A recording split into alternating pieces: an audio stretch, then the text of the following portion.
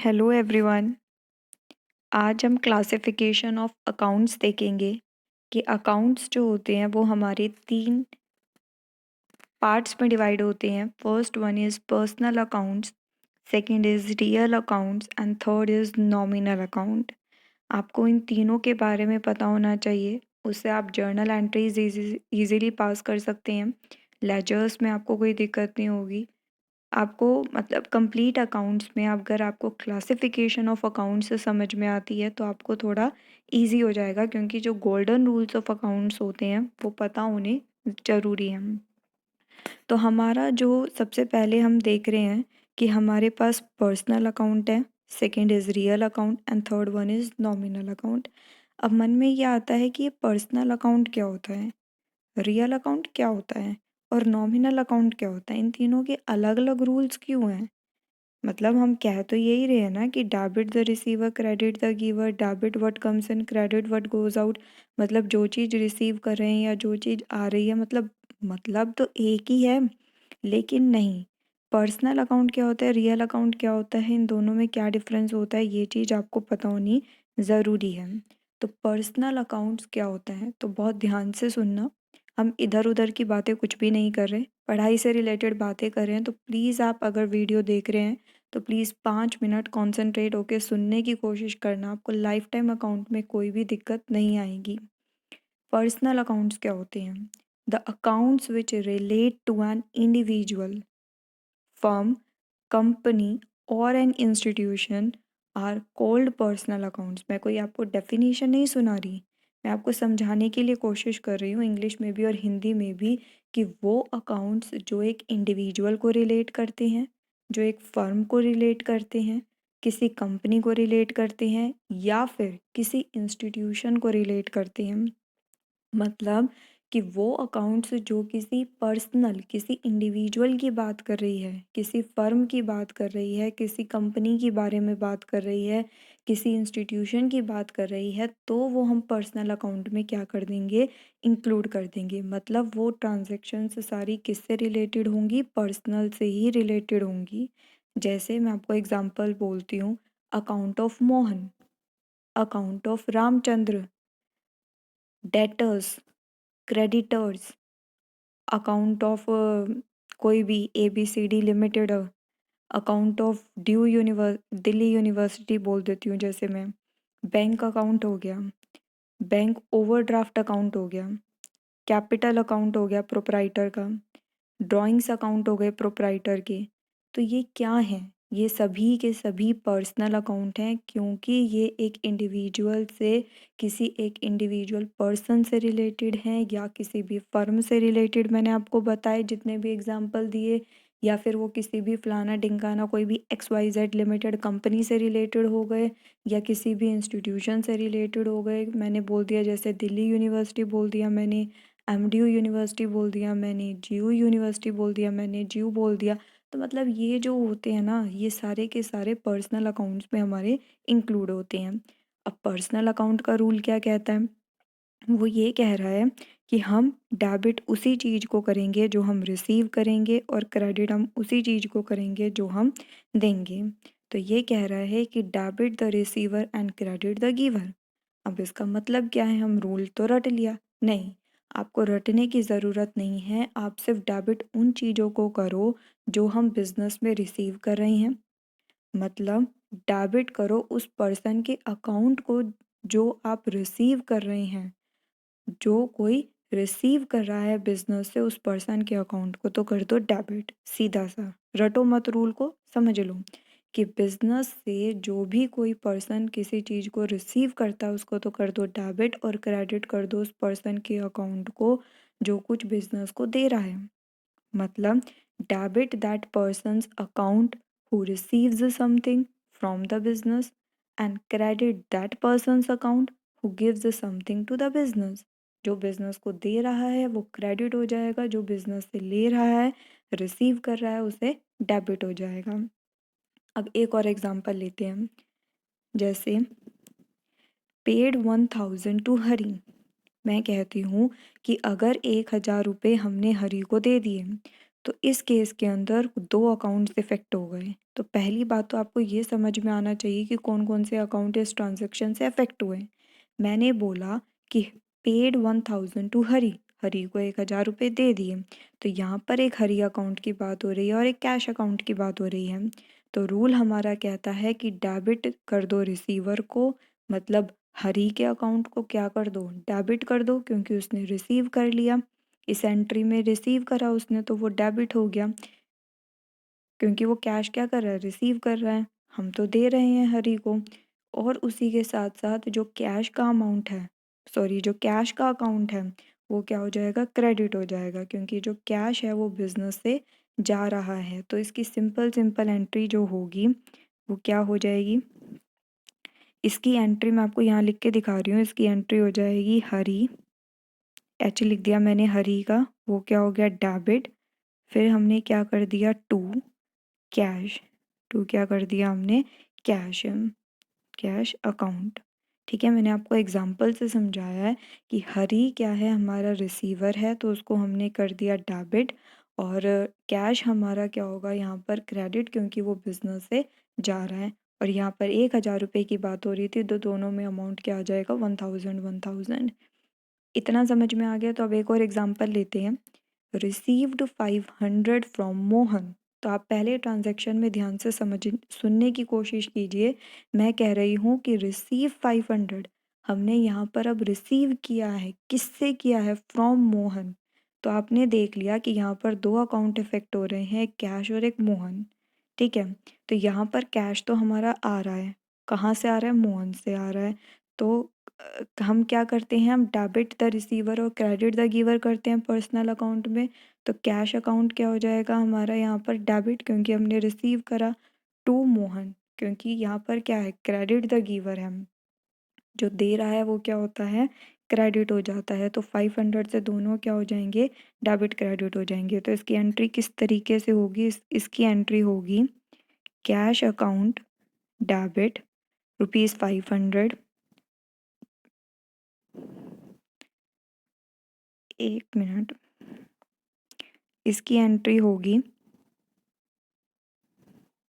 Cash account debit ₹500 to Mohan, to Mohan account कितने से, 500 से।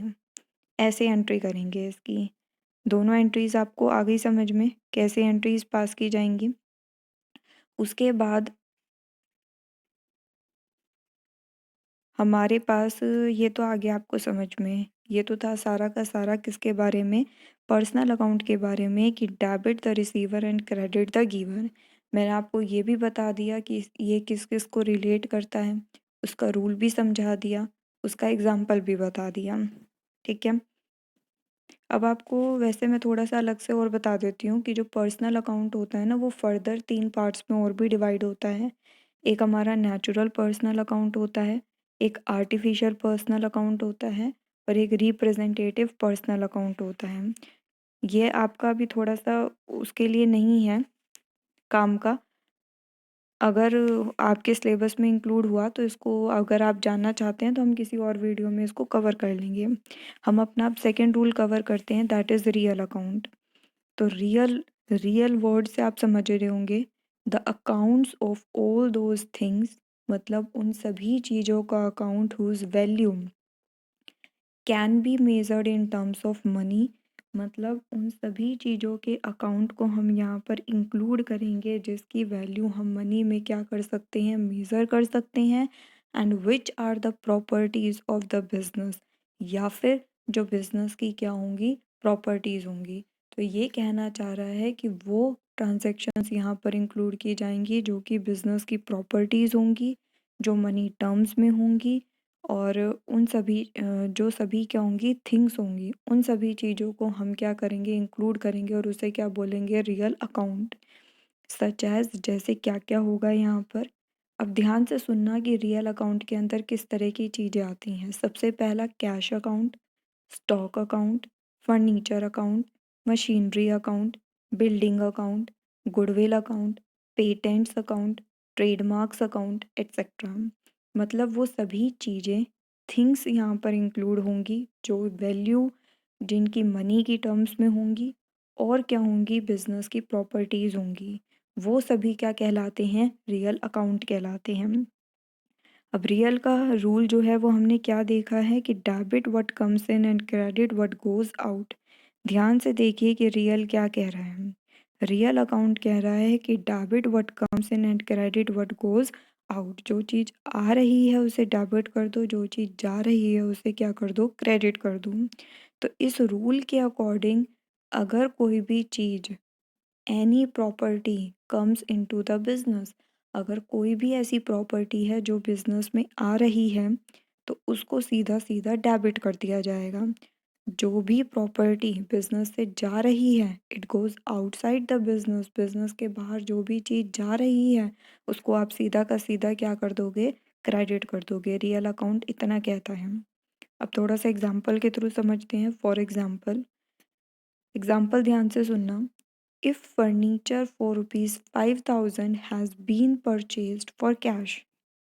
अब सबसे पहले आप थोड़ा सा पॉज करके थोड़ा सा दिमाग लगाने की ये कोशिश कीजिए कि इस ट्रांजैक्शन में कौन सी ऐसी दो चीज़ें हैं जो अफेक्ट हो रही हैं।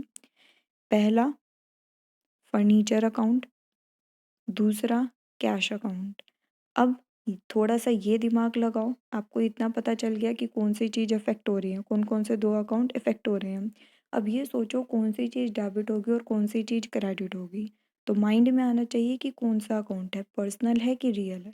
ये पता चल गया रियल है, तो रियल का रूल क्या कहता है, रूल भी पता चल गया। तो अब ये देखो, डेबिट क्या करेंगे, जो चीज़ आ रही है, तो हमारे पास क्या आ रहा है, फर्नीचर आ रहा है, तो हम उसे क्या कर देंगे, डेबिट।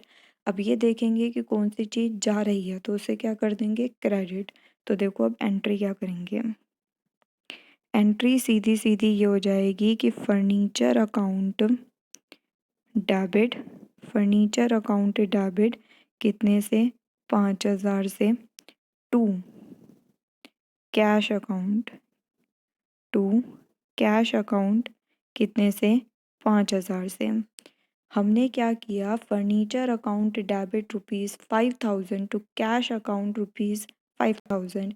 डेबिट जो बिजनेस में आ रहा था, क्रेडिट जो बिजनेस से जा रहा था। ठीक है, ये हमारा क्या था, रियल अकाउंट।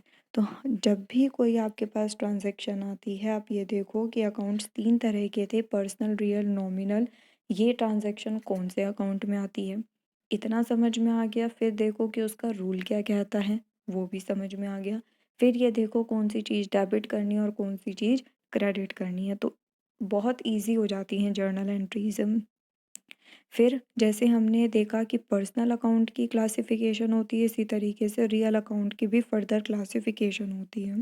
कैसे कैसे होती है, रियल की एक होती है टेंजिबल रियल अकाउंट्स और दूसरी होती है इनटेंजिबल रियल अकाउंट्स। अब हम करते हैं अपना तीसरा। तीसरा क्या है हमारे पास, अपना नॉमिनल। तीसरा क्या है हमारे पास, नॉमिनल। नॉमिनल अकाउंट क्या कहता है, नॉमिनल अकाउंट कहता है,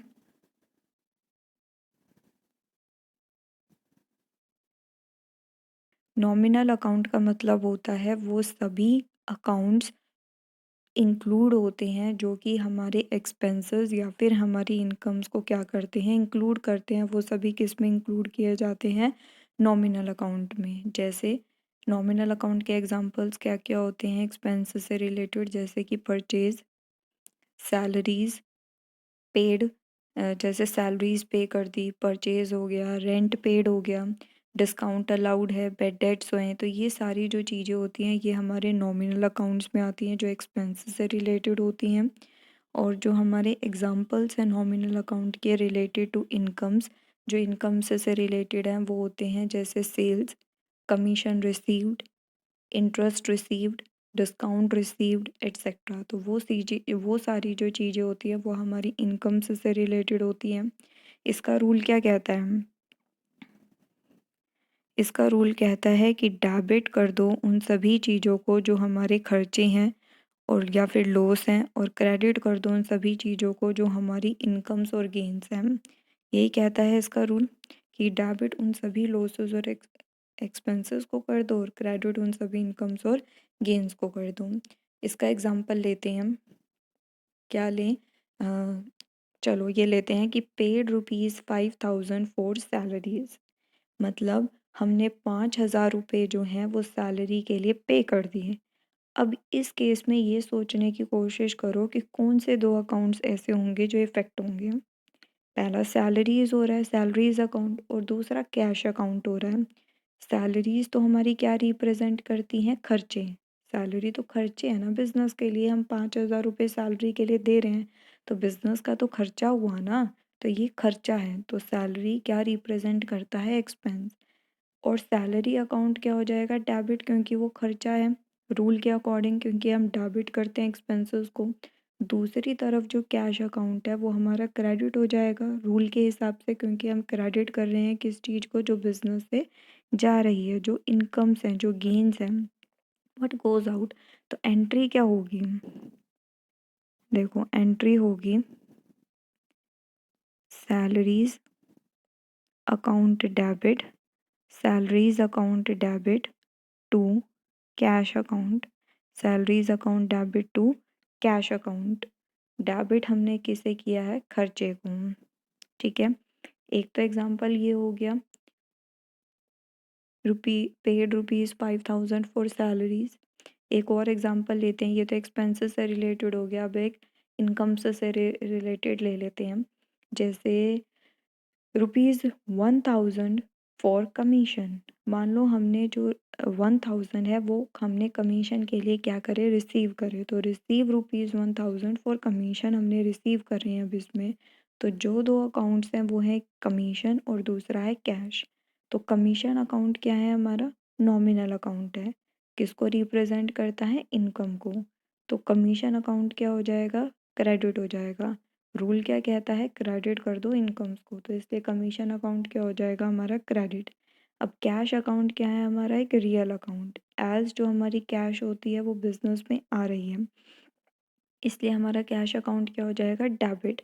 रूल क्या कहता है कि डेबिट व्हाट कम्स इन, जो चीज़ आ रही है उसे डेबिट कर दो, जो चीज़ जा रही है उसे क्रेडिट कर दो। तो cash account debit to commission account, to commission account. देखो हम क्या कर रहे हैं, हम कर रहे हैं cash account debit to cash account debit to commission account, क्योंकि कमीशन क्या है, हमारी इनकम है, तो क्रेडिट द इनकम्स। और कैश क्या है, डेबिट। क्यों हुआ है, क्योंकि जो चीज़ बिजनेस में आती है वो क्या होती है, डेबिट। तो ये हमारा किसके बारे में था, ये हमारा था ओवरऑल क्लासिफिकेशन ऑफ अकाउंट्स के बारे में, पर्सनल, रियल और नॉमिनल, तीनों अकाउंट्स के बारे में, तीनों के रूल आपको पता होने चाहिए। मैंने अब आपको तीनों के एग्जाम्पल्स भी दे दिए। अब भी अगर कोई दिक्कत है तो प्लीज़ आप कमेंट करिए। तीनों की मैंने आपको क्लासिफिकेशंस बता दी हैं अकाउंट्स की, और कुछ रह जाएगा तो हम उसे नेक्स्ट वीडियो में कवर करेंगे, इससे रिलेटेड इलस्ट्रेशन करने की कोशिश करेंगे। So thank you.